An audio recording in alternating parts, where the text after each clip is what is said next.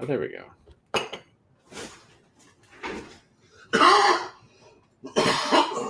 Oh, good. Now I have Excuse me for the cough in my headphones.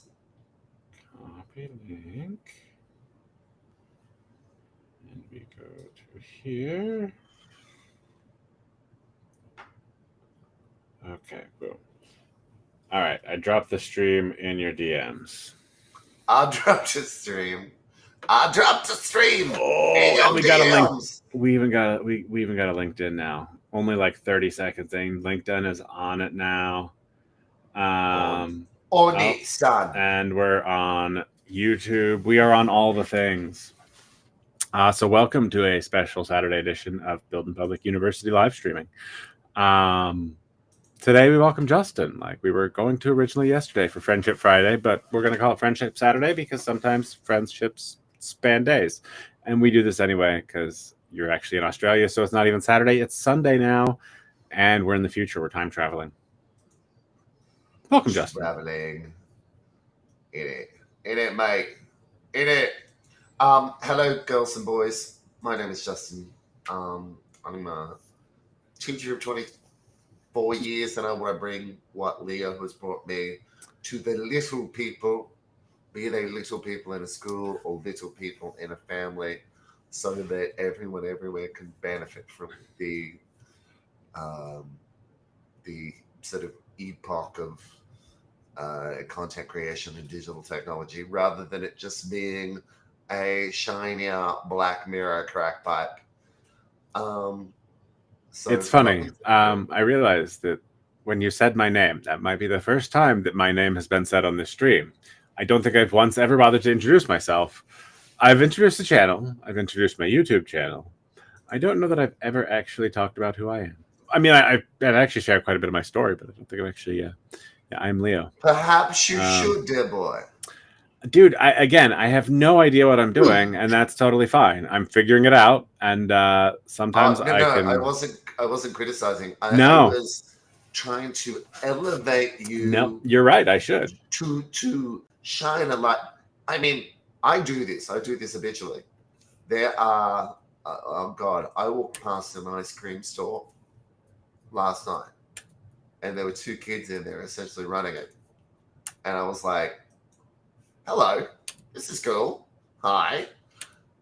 And my biggest thesis is that the world's full of assholes who think they're legends and legends who think they're just ordinary people. Like, the wrong people elevate themselves. And that's why we have a world full of louder voices, which sometimes aren't the best ones.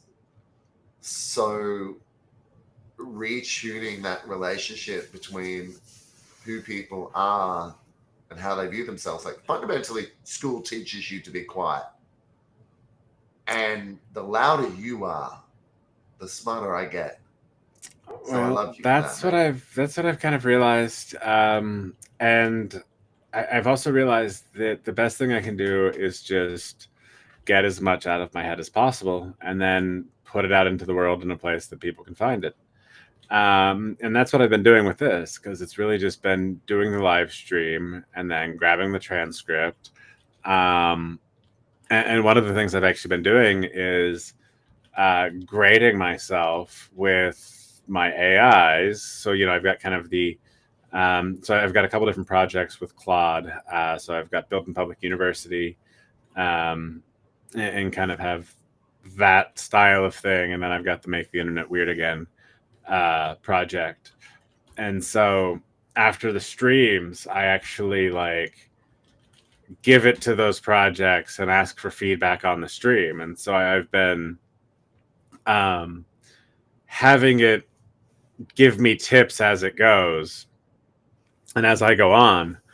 And honestly, it is funny how natural it's starting to feel, and just turn on the camera and start talking. And then it was funny because in the ADHD with Benefits call last night, I made a comment about first stream went for almost 2 hours, and I felt pretty good since then. And then like someone was like, "Oh yeah, like I streamed for like 5 hours today." Like, and I'm just like, I'm not even in the same league. Like, you start to realize that like the people who are really streamers, like they are streamer. Like that's just what they do all the time, right? Like mine is a little more focused, and so I see myself like a media network more than anything, because ultimately I don't want to be the only one talking. I want other people to talk. I think there's so much truth to that because I mean I've said this to you before, and I'm sure people at home would know people who are very much the same. Like the extent to which we are pregnant with possibility, our outcomes are always plans in our heads and not realities in our world. And the I mean, I've been teaching kids a program called Tinkercad, and it's a computer-aided design sort of program. And the biggest unlock I found with them, which is sort of kind of the same thing we're saying, is as soon as I said to them, "Look, I'm just going to give you this. Go out and play. Just have some fun. Just do some stuff." The barrier to entry is lowered. People do more. People iterate more. People go into it without expectation, and they end up achieving some degree of mastery because they didn't feel like they had a fucking gun to their head. Like there's so much about the way we begin in life, which is get it right. Oh, your G. Oh, your G isn't right. Oh, your S is bad. Like, Right. and there's the line between function and moralistic perfection. If it's right, you are good. If it's wrong, you are bad. Yeah. It's stultifying for people, and you make it not scary. And anyone else who wanted to work with Leo, you would see that immediately because there's times when he's showing me something that on the surface of things like streaming, my stream, my Riverside stream is now functional. So what Leo helped me do in 10 minutes at the end of a 2 hour conversation, I had taken years to run away from. And sometimes the difference between a good outcome and a no outcome is just a change in program or somebody holding your hand. I mean that's all you need is someone to help you. Engineering kindness. Yeah, and that's engineering kindness, engineering generosity, engineering curiosity. God damn it, I'm writing a trilogy now. I didn't expect that to happen. Okay, well that's fine. It's at this point I'm building books that write themselves. Content and code is the same anymore, and that is a weird thing. I think your use of AI agents is really interesting in the sense that I've had the same thoughts about kids. Like, I talk to kids about redesigning education, and I have sort of willing participants in those kind of experiments. And the idea of being able to have the idea but farm out the execution, or 80% of the execution, 90% of the execution to an agent who you have trained to be passionate about that particular task. And that content keeps getting produced. So I think, well, yeah, it's exciting. Yeah. And what I've realized with it though is it's even more than that, because when I can produce content this way and just put it out there, then other people can pick it up, search it, and amplify the good parts. And so with this model, and so I'm really tying into the idea of the idea supply chain, because what I realized with this is basically it looks at the world as basically a set of like producers and consumers of information. And it's kind of this constant flow of information back and forth. And it's constantly validating the information, because the thing is, we're in a chaotic environment. And so I've been talking a lot about chaos marketing. And I think this is important to realize, because we can't trust the world that we're seeing on the networks, but we can trust what exists between the networks. And so what I'm doing is basically, what's that? Deeper into that. Yeah. So deeper into that. Let me see if I can. It's a good place to do that. One of these things has the right. Because okay, how I interpreted that when you said it, and you can correct me if I'm wrong, was that there's the network as it is algorithmically farmed out to us or expressed to us. But then there is the network in the sense of the actual set of relationships between the actual people on the actual network nodes. Like, there's the map of all context points in all digital networks. And then there's the context points which have been almost owned like choke points on the digital internet for certain people to amplify their message at the expense of others. Let's see. Okay. So let's say. Ooh, first stream whiteboard. It's a good sign. Yeah, so we're in Sublime right now with the with Sublime's Canvas tool. Okay. So hang on. Is that like Zoom? Is that like Loom? Well, no, it's more like kind of like Miro. So this whiteboard is just natively inside Riverside, right? No. This is Sublime.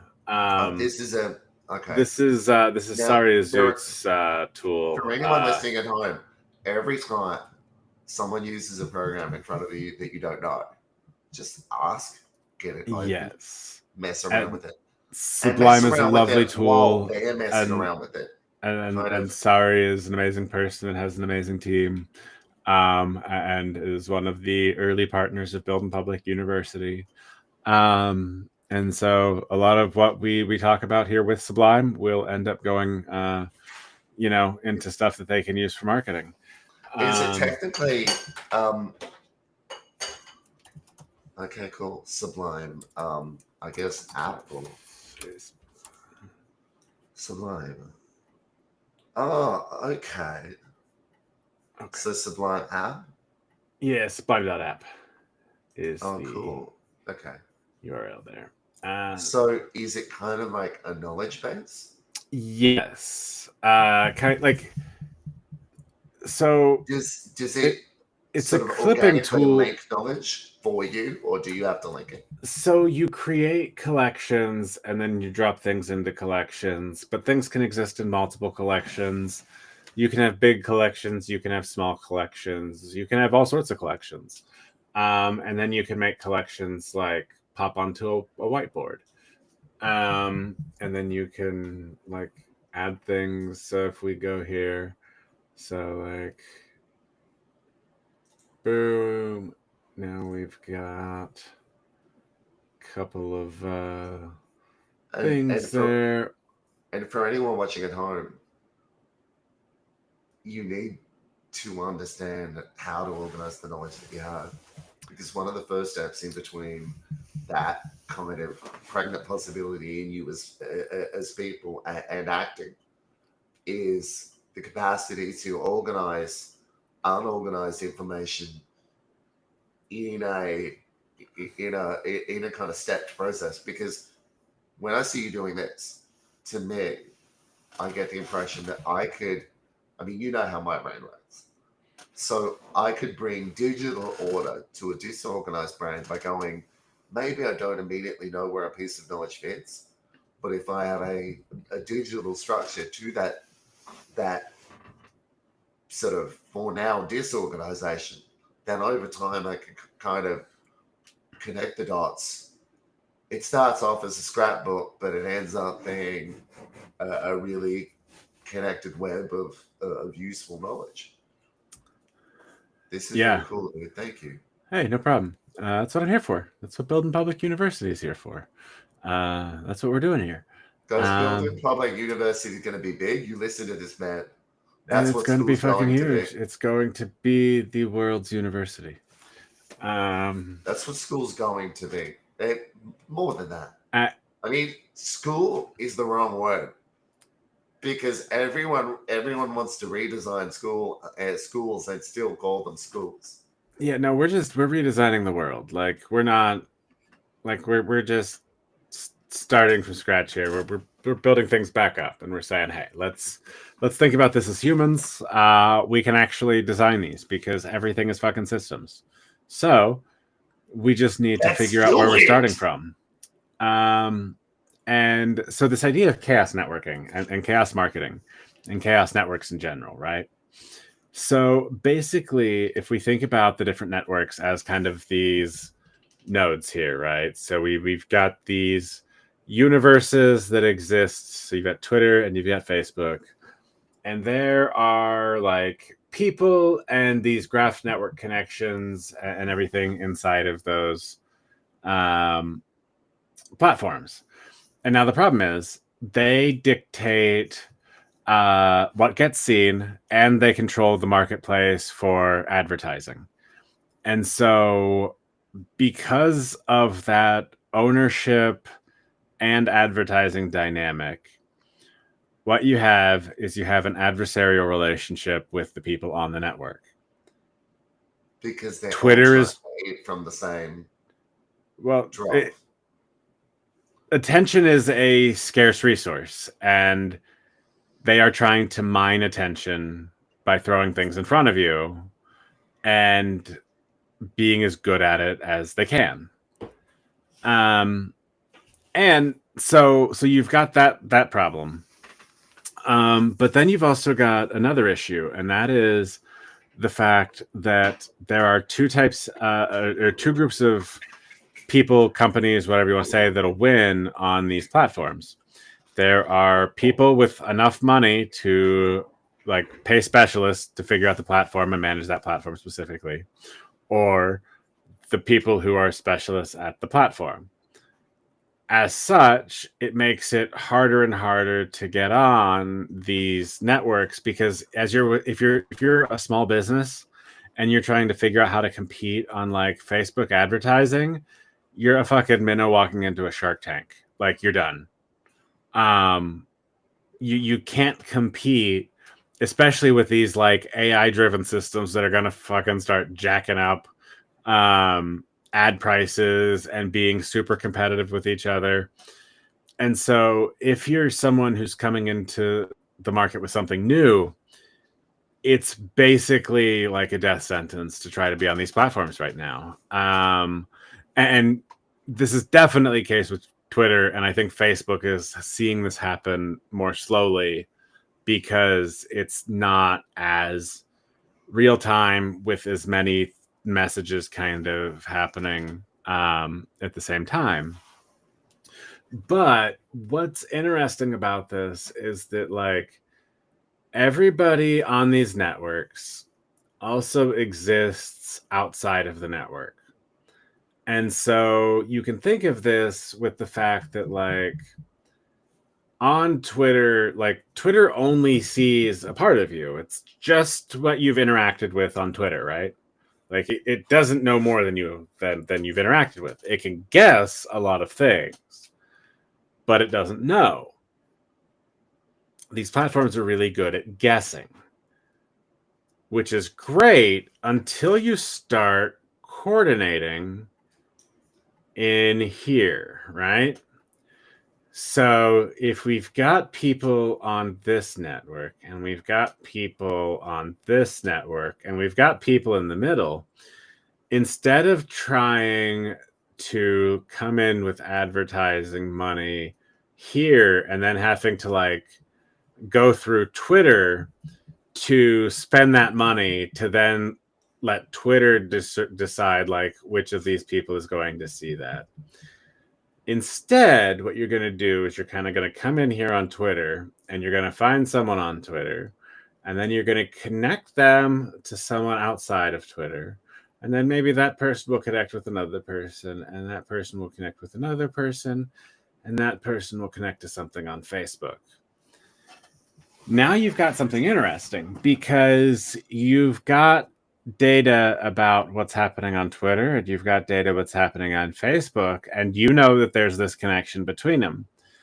Twitter doesn't know that, and Facebook doesn't know that because Facebook can only see to the edge of Facebook. Twitter can only see to the edge of Twitter, right? They're looking internally because that's the business. Both of them.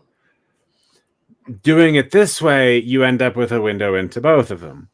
And when you start maximizing the connections in here, you can actually start forcing algorithmic changes in all the platforms because you'll be able to coordinate behavior and basically like change how platforms reward things because you'll be able to leverage people in a coordinated way, regardless of what the algorithm is surfacing. If you can guarantee 500 retweets on something, it's going to get a certain amount of traction. And if you have like 500 people who also, like when you do it this way, what you actually end up doing is you create a way to kind of pull people out of these networks and go on to a mystery new network that doesn't even exist yet because you have ownership of the relationships at this point. And let it be known to everyone listening that we draw the best lines. Our lines, best lines. That's right. Like we got a hurricane over here. Maybe we have to extend that. I don't know. Now these diagrams are getting weird, but that's okay. We've just it's late on a Saturday night. We've just had a hurricane here, so there was a part of me that didn't know if you were joking for a sec. I can't. No, it was a Trump comment because he had the map up the one time and then just like took a Sharpie and just like changed the line of the hurricane. That was his first term. And that's those were the days. Something that's really motivating what we're trying to do for people here, because we want to create a world where people know they're going to be okay without needing to rely on the vagaries of what politicians are going to do or not do. Oh God, yeah, they're not reliable for shit right now. We're all gonna have to just fucking do it ourselves. What benefit they're going to give or what benefit they're not going to give. And it's fair to say too that the continuation of the human race may exist disproportionately, may depend disproportionately on the capacities of people almost to detangle themselves. Because when I see what you're talking about with chaos marketing, when I see, walled gardens that people try to keep you inside with,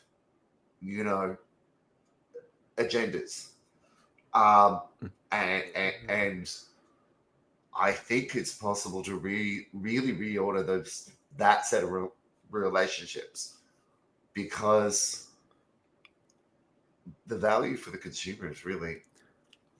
I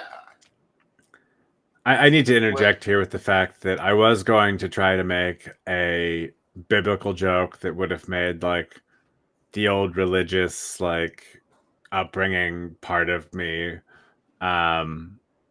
like happy, but I'm drawing a fucking blank on all of the details. I've got most of them. But you talked about like the walled gardens, and I was gonna make a comment about like blasting some trumpets and bringing the walls down. And you can call me, and I can't fucking remember who the name is. I mean, there's a lot of fertile ground there, and I mean, I think we're blasting trumpets like 7 times.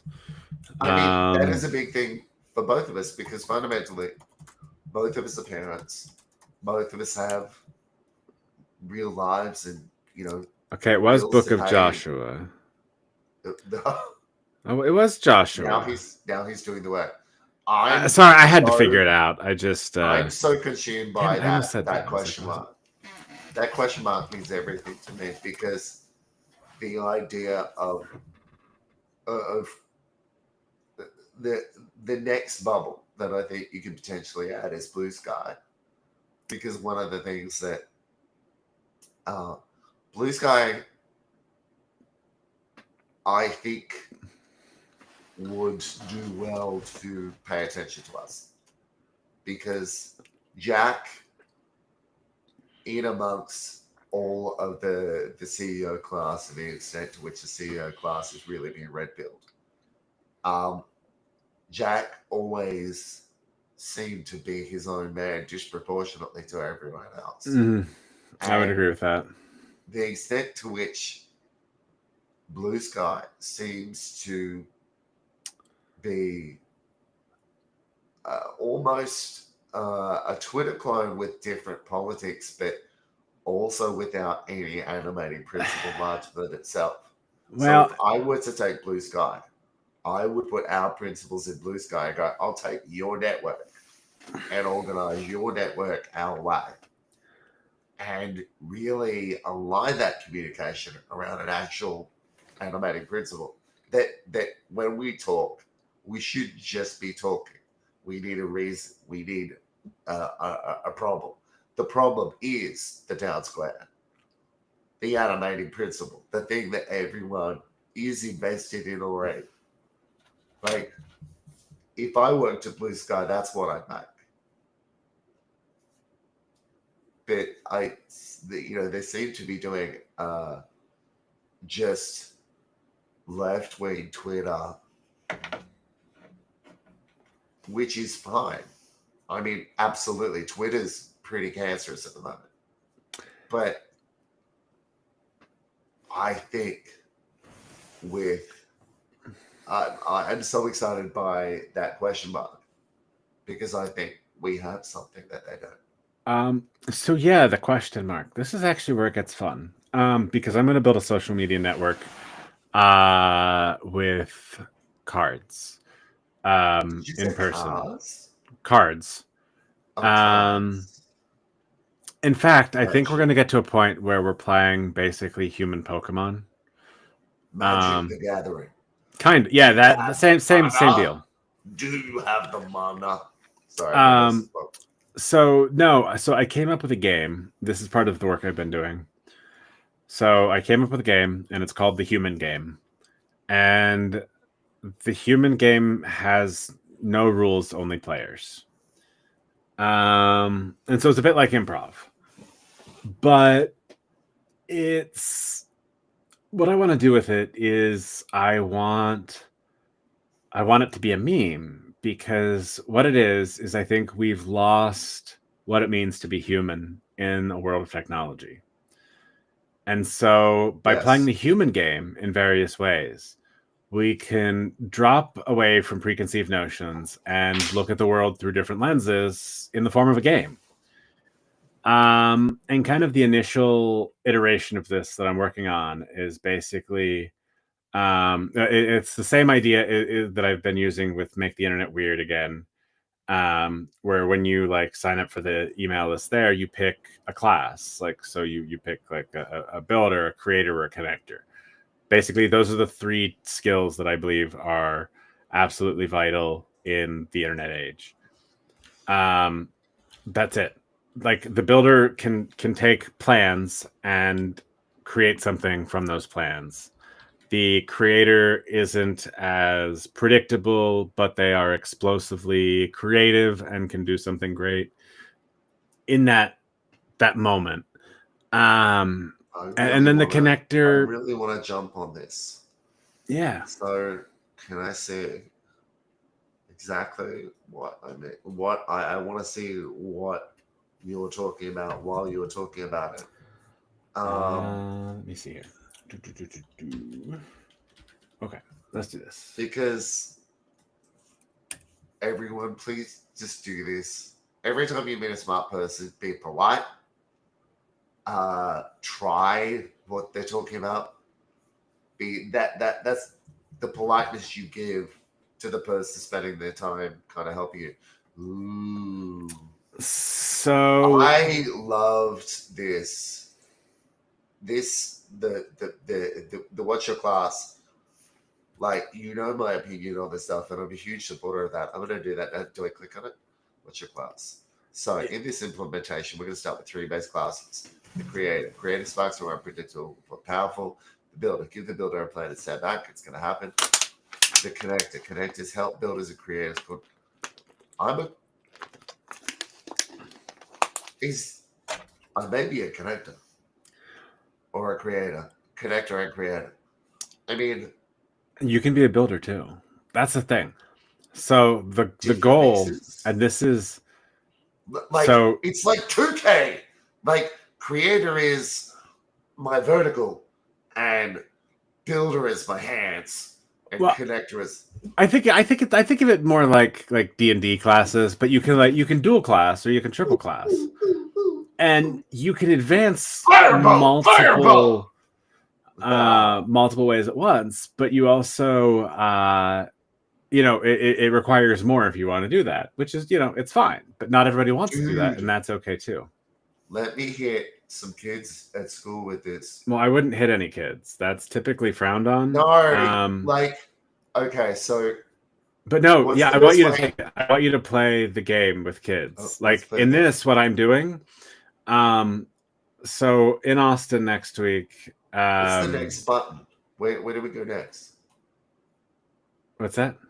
I got excited and I wanted to know what was on the next page. We don't have a next page yet. This is it. This is what's been created so far with it. And wait, everyone, pay attention to that shit. He went, well, here's what I've got. He didn't go, oh, it's not ready. He's like, yeah, this is where we are. I'm totally just making sure that, like, literally every stream that I do here, I'm just adding to the stuff that I do. It's all building on each other, and that's the lovely part about it, right? And it's why authenticity in the end is the thing that really cuts through. Mm-hmm. Like, the one thing you can do to be more everything than everyone is really dial down on you. So being in flow states, there's something about live that really relates itself well to flow states and the stuff you come up with in flow states. And I realized that my flow state is like talking. Particularly when you're talking. Like, we never have to have that conversation with each other where it's like, when you're talking to builders and dreamers and they can identify with the idea of wanting to make the world a better place. And then you talk to people who are hopelessly plugged in, like plugged in the wrong way. Like, one of the reasons we're doing what we're doing is we think the internet 2.0 model of basically just attaching people's spaces to screens to sell stuff on the internet was morally repugnant and wrong. But to teach people digital tools so they can make stuff, solve human problems, and change the world is the answer to that. So what you're doing is a big deal. It's a big fucking deal. And I'm happy for it to take people a long time to get to know it. Because then when you go on a low VC, like, still having a high ownership stake, and then you got people wanting to get valuations in a company at a high valuation stake, and then you can go, motherfuckers, I tried to tell you.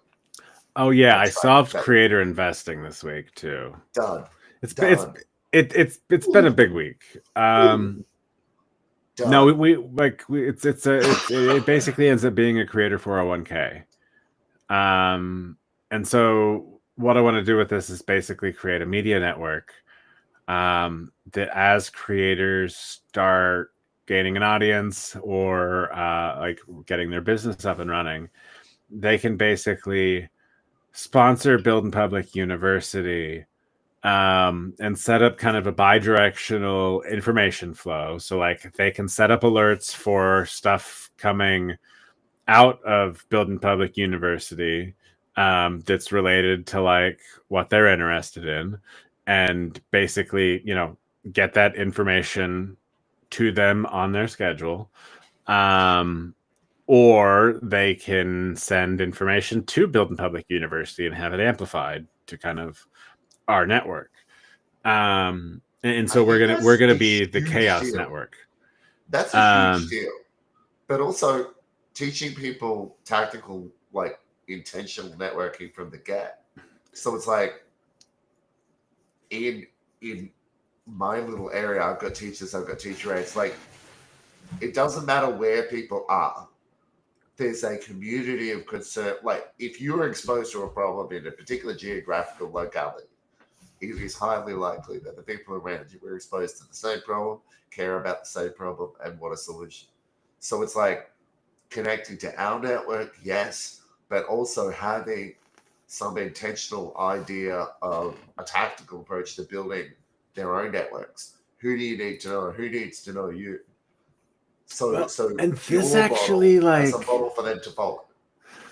Well, the coolest part is really what ends up happening, because we can give people a way to publish and have it get a guaranteed path to be seen by somebody. Like basically, if you have somebody who is like if you have somebody who is creating a bunch of stuff that is novel and interesting, it'll be coming into a system that won't bury it because it's not something we can attach ads to. Yeah. And that's why this gets super powerful, because like basically we get to make sure that everything has a chance to be seen. Nothing can be suppressed. When leadership of anything has control of the communication network and what gets said and elevated, then guess what? Like that communication network favors the powers that be. Like you can shout free speech all you want, but like fuck you, dude. You're pushing yourself all over the timeline. You're elevating whatever narrative you want to be elevated. Like, dude, we're gonna wreck this shit because fuck free speech. Fuck you, Elon. Like you are screwing this shit up. Like people, judges, PACs have put a price on speech. And let's be perfectly honest, speech is incredibly expensive, and most people don't have the money to buy as much of it as some people do. Right. And tactically navigating that structural inequality. And that is the structural inequality. It doesn't mean that every conversation about structural inequality can fall down that rabbit hole, because obviously at the end of the day, either way we find ourselves giving people a map of the shitty reality in front of them, and they're giving them an optimal way to transcend it. Like you said, the thing about networks. In what universe is your family not the hub of your network? Like, right. Why can't we apply networking principles to families and go, what do I do? Like, I adore you. I would do anything for you. All right? I would turn up. And I would think less of myself if I didn't, because, you know, I made that mistake too. But when networks end up being something where we find people who believe in the same things we believe outside our family structures. And that's what I realized. So networks are oriented around value systems and communities. Oh, by the way, I'm an AI doula for a community now. Like, we're gonna have an AI baby.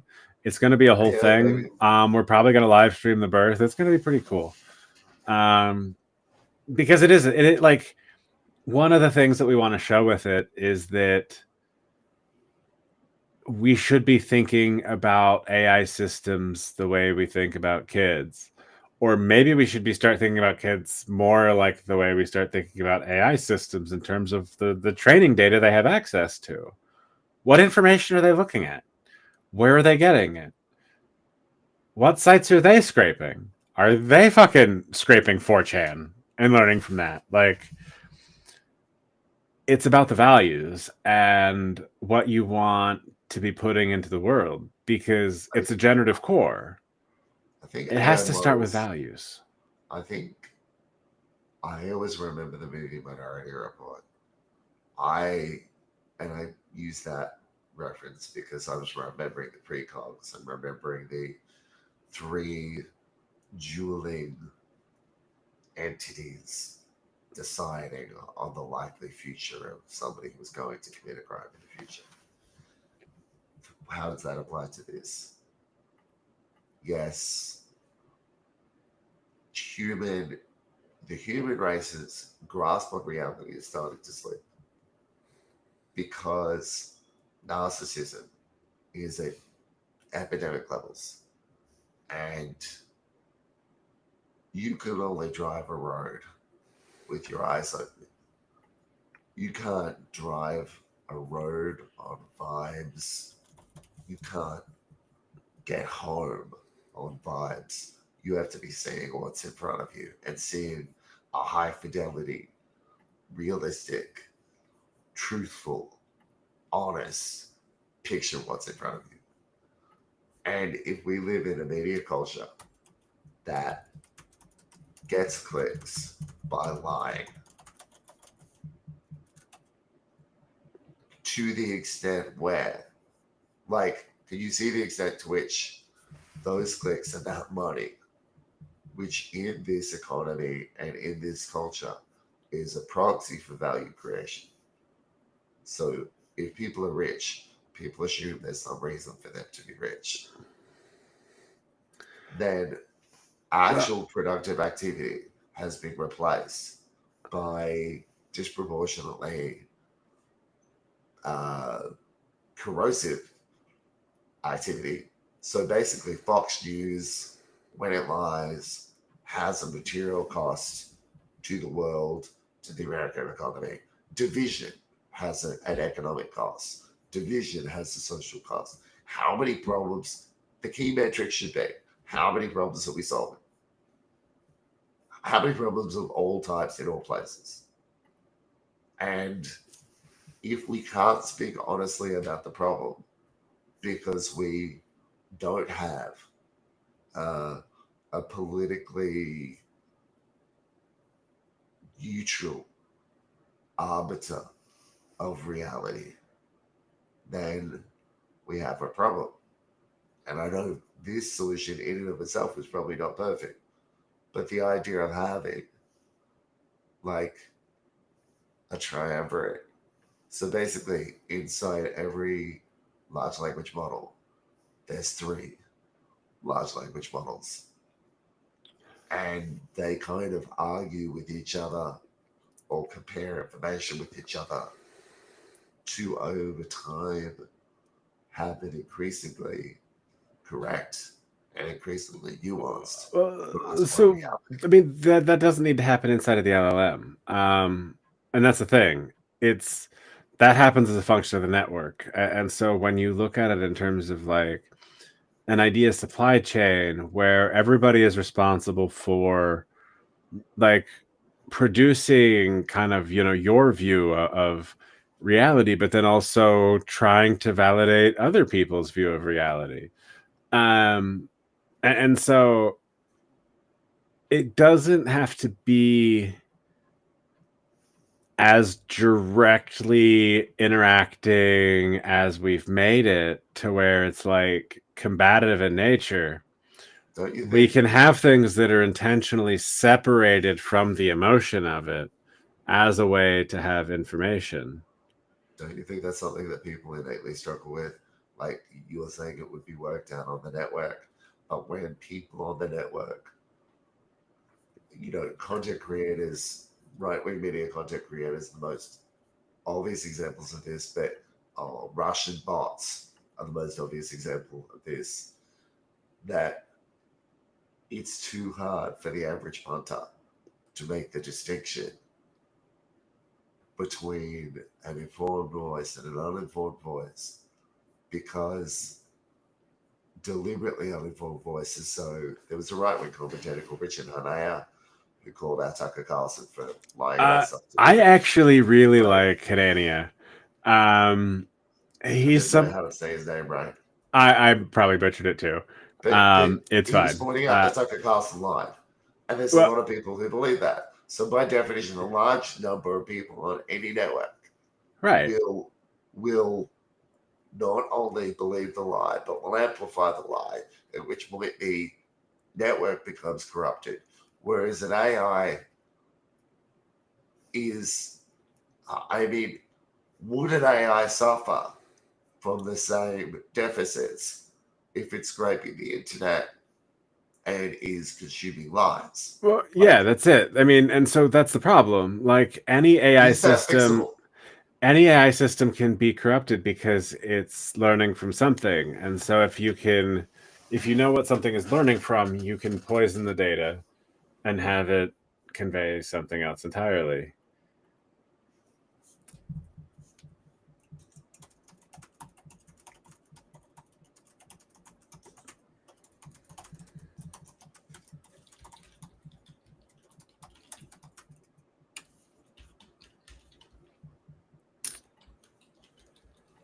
All right. Let's see. So we may end up jumping off of the stream and onto Zoom. Let's see. Oh yeah. Okay. So Lobau was actually trying to say hi, but he can't join Riverside. No, get him on. Well, so that's what I was saying. I don't like. It's not letting him join with Riverside, so I was just going to. Let's go Zoom it. I need to see his beautiful face. Oh wait, so we got. We do have Lobau via YouTube now, at least in the comment section. Lobau.